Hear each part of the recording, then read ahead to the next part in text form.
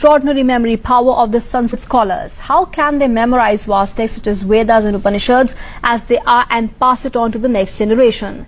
Now, latest researchers have unraveled this mystery and named the phenomenon as Sanskrit effect. Here's a Doordarshan News exclusive report on Sanskrit effect. Take a look.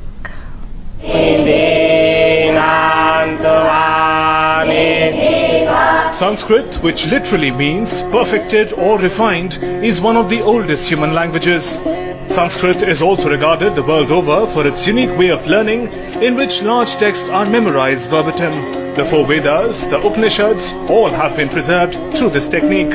While world over civilizations built large libraries to store knowledge, in India, through the tradition of Sanskrit, all the knowledge was stored in the human brain and passed from one generation to another. Since ages, this has been a mystery to the world. Now, through modern scientific research, this mystery seems to be unraveled at last. A study on Sanskrit effect, which has been reported in the journal Scientific American, has claimed that memorizing Vedic mantras enhances the brain regions associated with cognitive functions such as memory. The term Sanskrit effect was coined by American neuroscientist and Sanskrit scholar James Hartzell. Hartzell studied Sanskrit at Harvard and Columbia Universities and cognitive neuroscience at the University of Trento. He discovered that memorizing Vedic mantras increases the size of the brain regions associated with cognitive processes. Hartzell's report was tested when he and his colleagues from the University of Trento in Italy collaborated with Dr. Nandini Chatterjee Singh of the National Brain Research Centre at Manesar in Haryana.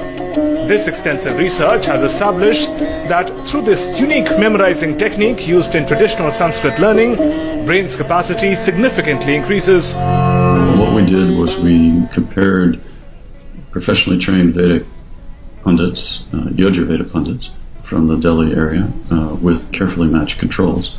And we found really large differences in their gray matter and cortical thickness between the two groups. So this is what's called a cross-sectional study. And cross-sectional studies show you that the phenomenon that you're interested in.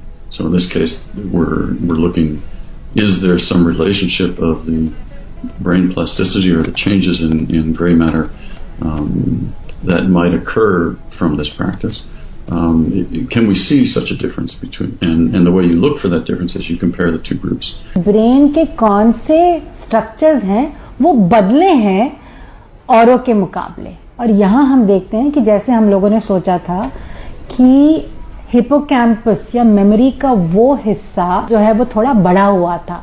Group of highly specialized memorizers and reciters of Vedic Sanskrit and of associated texts, is there structural plasticity in their brains that's probably related to that practice? And we showed that for sure. We showed very dramatic differences in brain structure. Now we have a scientific evidence to prove why Sanskrit is called the perfect or refined language. Sunil Joshi's report, DD News.